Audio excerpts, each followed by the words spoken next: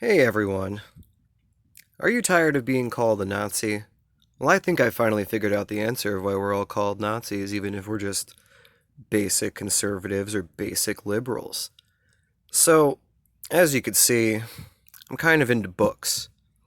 Now, I read some of these books, and I sell a lot of these books, and actually a lot of the ones I read, or actually keep, are kind of more stuff like this. I mean, I like the little stuff, and being able to read one in a hour or two, but anyways, I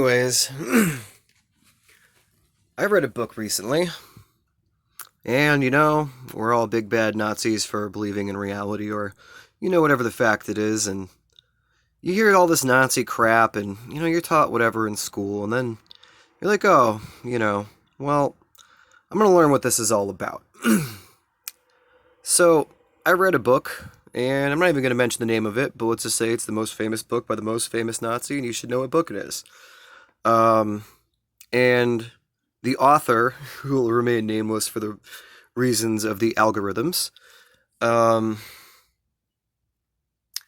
had several encounters as he built his social and political movement with what he referred to as the Social Democrats.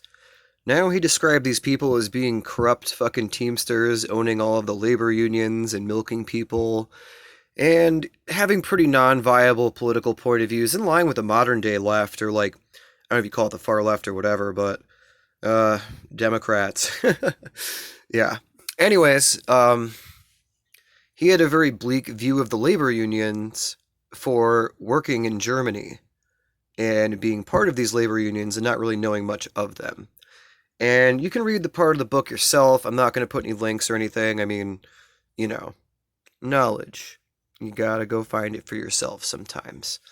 Uh, and you can fact check me if you want, but I assure you I'm not lying to you. Even if I miss a word, I'll be paraphrasing that these people had non-viable social political point of views, and he actually made it a point not to let his politics known.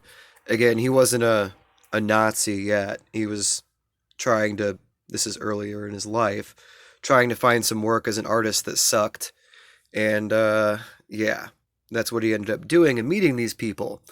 And then when he started debating them, these social democrats in the labor unions, um, kind of the same thing happened as the conservatives today. These people got utterly crushed with reality and their beliefs being essentially fairy tale nonsense.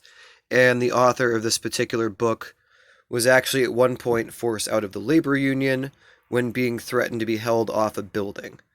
So basically, they, resorted to like Antifa, BLM, you know, type of tactics. And this was in the organized labor unions in Germany in the 1920s. So, or teens, is one or the other. Anyways, yeah, so when you look at it and who these people still are today, uh, they're the same people. They believe the same shit. And there existed once upon a time a guy that started executing their kind after being insulted and belittled and threatened and everything else. There's somebody who stood up against them. And this person also did a lot of very, very evil things I think we're all aware of. So I don't really have to make this a video about that.